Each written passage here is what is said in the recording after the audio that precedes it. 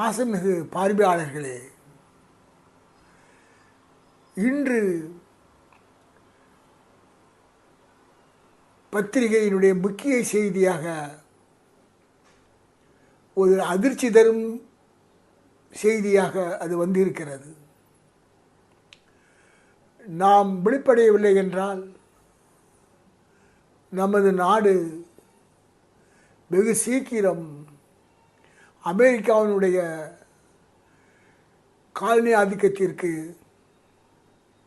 பணிந்துவிட நேரும் என்று எச்சரிக்கவே இந்த பதிவை செய்ய விரும்புகிறோம். தற்பொழுது மோடியார் அரசு இந்தியாவினுடைய ஆயுத பலத்தை அதிகரிப்பதன் மூலமே வல்லமை பெற முடியும் என்ற ஒரு மூட கருத்தை முன்வைத்து பொருளாதார கட்டமைப்பும் மக்களினுடைய ஆரோக்கிய வாழ்வும் ரெண்டும் தான் ஒரு நாட்டை பாதுகாக்கும் என்பதை புரியாமல் அவர் பிரான்ஸோடவும் பிரிட்டனோடவும் அமெரிக்காவோடவும் ஜெர்மனியோடவும் குறிப்பாக ஏகாதிபத்திய நாடுகளோடு ஆயுத உற்பத்திக்கு ஒப்பந்தம் செய்திருப்பது மிகவும் வெட்ககரமான ஒரு செய்தியாகும். இப்பொழுது லேட்டஸ்ட்டாக என்ன அவங்க சொல்கிறாங்கன்னா, இப்போது பிரான்ஸினுடைய அதிபர் இங்கே வரப்போகிறார். அவர் ஒரு நிபந்தனை மட்டும் தான் அங்கே வராரு. என்ன நிபந்தனைன்னா, நாங்கள் உருவாக்கக்கூடிய இராணுவ விமானம் அசால்ட், அந்த ரஃபேல் அசால்ட்டுங்க, அந்த விமானத்தை நீ 3 லட்சம் கோடி ரூபா கொடுத்து 114 விமானங்கள் நீ வாங்கணும். அதை வாங்கிய பிறகு உங்கள் நாட்டில் இதே விமானம் தயாரிப்பதற்கு நம்ம 2 கூட்டாக செயல்படுவோம், அப்புறம் அது உலகத்தில் வியாபாரமாக்குவோம் என்று அவர் சொல்லுகிறார். அது மட்டுமல்ல, அமெரிக்காவோட ஒரு ஒப்பந்தம் என்னன்னா, இதே கப்பற்படைகளுக்கு ஏவுகணைக்கான ஒரு ஒப்பந்தம். ஒரு கடந்த காலத்தில் 19ஆம் நூற்றாண்டில் இந்திய மன்னர்கள் சுல்தான்கள் எல்லாரும் ஒருத்தன் அடித்து வீழ்த்துவதற்காக பிரிட்டிஷ் பிரெஞ்சு அரசுகளோடு துணைப்படை திட்டம் என்று ஏற்று ஒருவனை அடித்து அடிமையாக்கி விட்டார்கள்.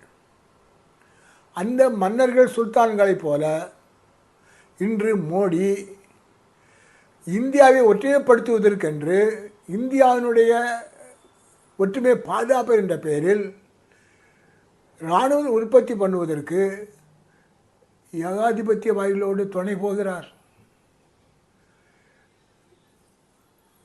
இது எவ்வளவு கேவலமானது என்பதை நாம் புரிந்து கொள்ள வேண்டும். இன்றைய புதிய உலகில்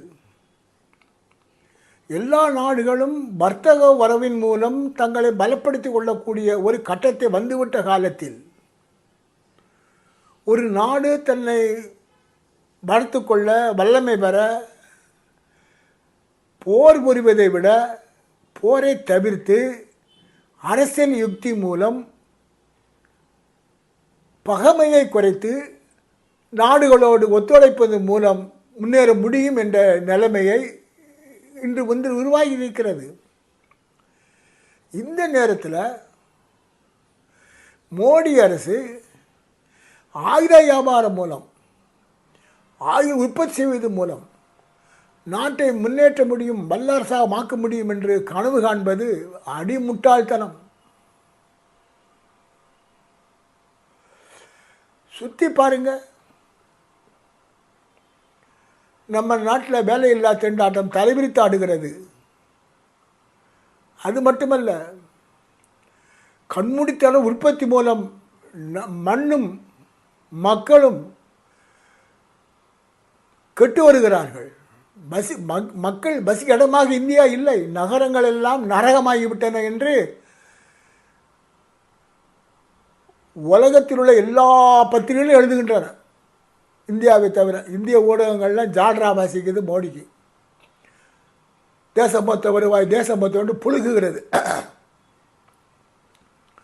இன்று எந்த நகரமும் சென்னையிலிருந்து டெல்லி வரை நொடி இல்லாத, மலேரியா காய்ச்சல் இல்லாத, நுரையீரல் நோய் இல்லாத ஒரு நகரத்தை காட்ட முடியாது. அது மட்டுமல்ல, இன்று இந்தியாவில் தேசமொத்த வருவாயை கூட்டுவது மருத்துவத்துறையினுடைய வருமானம்தான். எல்லா நோயாளிகளுக்கும் மருத்துவ சேவை என்பது பல ஆயிரம் கோடி தொழிலாக ஆகிவிட்டது. எனவே இந்தியாவை வல்லரசாக்குவதற்கு போரை தவிர்க்கும் அரசியல் யுக்தியையும் அண்டை நாடுகளோடு நல்லுறவை உருவாக்குவதும் ஏகாதிபத்திய அரசுகளோடு நிபந்தனையற்ற வர்த்தக உறவை கொள்வதும் மிக முக்கியம். அதுவும் இந்தியா என்ற மனித வளத்திலேயும் இயற்கை வளத்திலேயும் பலமாக இருக்கிற நாடுக்கு இது எளிது. அதை செய்வதற்கு மக்களை தயாரிக்க வேண்டும். அதற்கு இடதுசாரிகளே